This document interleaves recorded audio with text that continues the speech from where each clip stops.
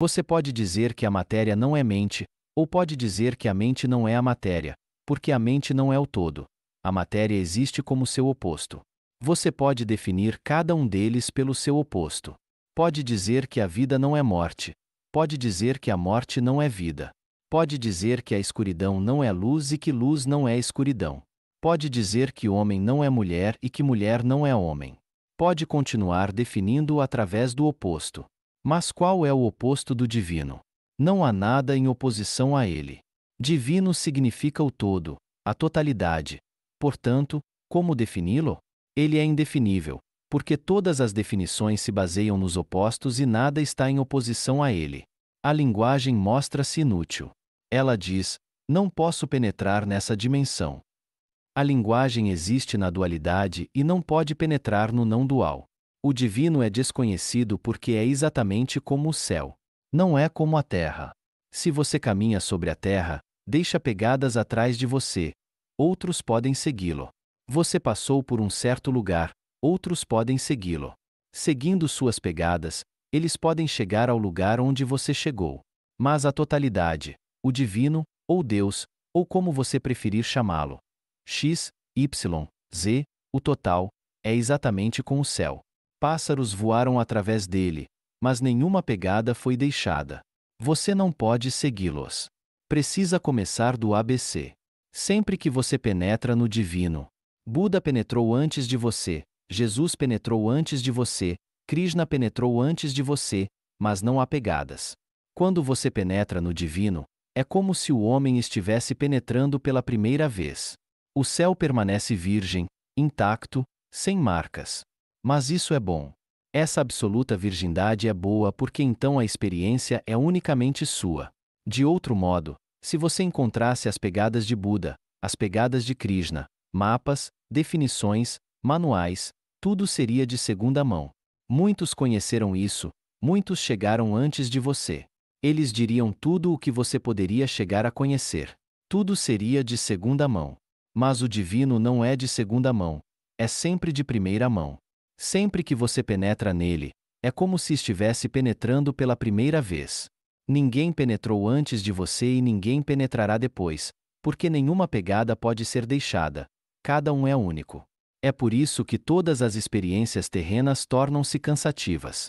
Ficamos farto porque tudo se torna de segunda mão, tudo se torna emprestado. Algum outro já conhece. Nada é virgem. O divino é sempre virgem, absolutamente virgem. Você não pode estragá-lo, não pode torná-lo velho, não pode torná-lo repetitivo. É por isso que nada pode ser definido, nada pode ser mapeado, nenhum guia pode ser fornecido. Contudo, a fim de instruir o discípulo, o esforço final pode ser expresso da seguinte maneira: mas apenas para instruir o discípulo, aquele que ainda não penetrou, mas que está a um passo, pronto para dar o salto, pode-se tentar dizer alguma coisa, podem ser dadas algumas indicações. Mas não se deve tomá-las em nenhum sentido absoluto. Trata-se apenas de uma ajuda, da última ajuda que pode ser dada. Esta é a última instrução do Mestre. Agarre-se firmemente àquilo que não tem substância nem existência. Agarre-se firmemente àquilo que não tem substância nem existência. Temos aqui duas coisas. A matéria tem substância, é substancial. Se eu atirar uma pedra em você, há nela substância, massa. Ela o atingirá. Matéria é substância. Mas o que é a mente? O que é você, em seu interior, em sua consciência? A consciência não é uma substância. Ela existe, tem existência, mas não é uma substância. Não posso atirar uma consciência em você. E, mesmo se eu pudesse, você não seria atingido.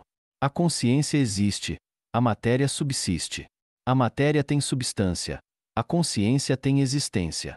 E este sutra diz: Agarre-se firmemente àquilo que não tem nem substância, nem existência.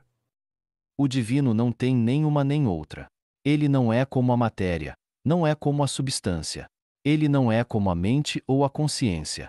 Você não pode dizer que Deus é substância e não pode dizer que Deus existe. Há muitas razões para isso. Quando você diz que Deus existe, está fazendo uma afirmação tautológica, uma repetição. Quando digo que esta mesa existe, essa afirmação é significativa, porque a mesa pode deixar de existir, podemos destruí-la. Mas quando digo que Deus existe, trata-se de uma afirmação sem sentido, porque Deus não pode deixar de existir e não pode ser destruído. A existência é significativa somente se a não existência for possível. Se a não existência é impossível, a existência não tem sentido. Quando você diz que Deus existe, o que você quer dizer?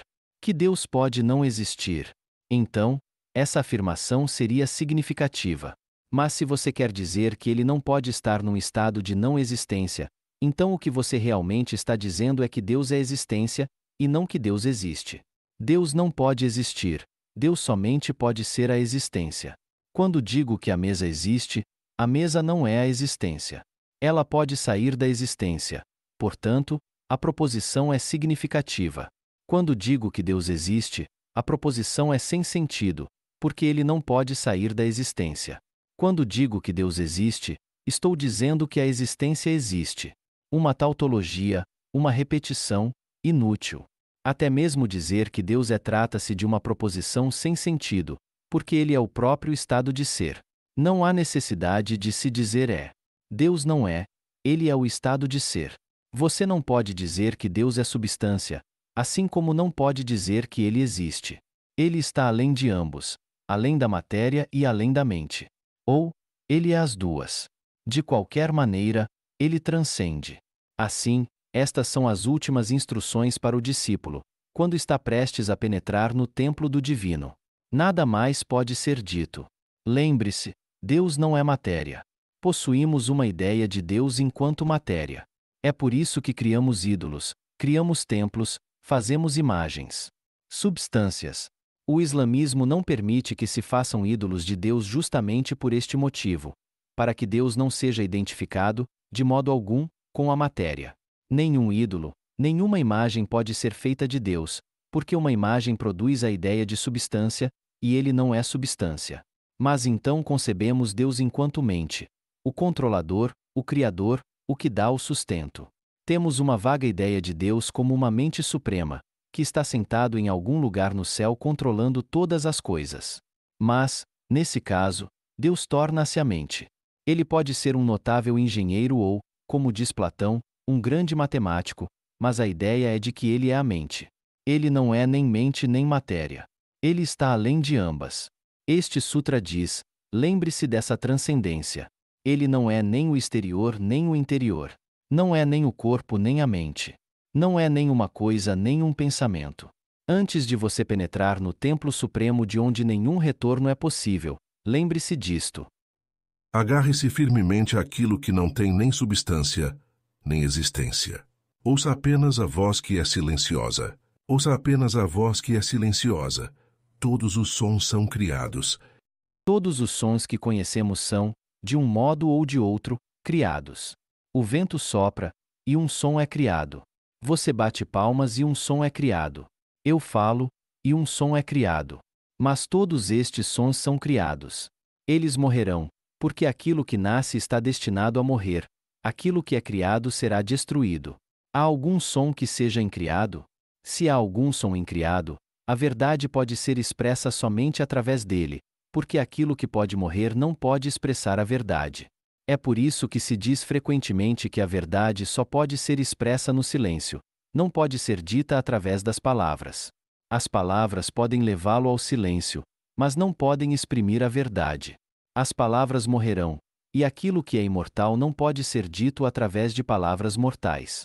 Como poderão sê-lo? É impossível. Como aquilo que é eterno pode estar contigo no temporal? Como aquilo que é atemporal pode ser trazido para o tempo?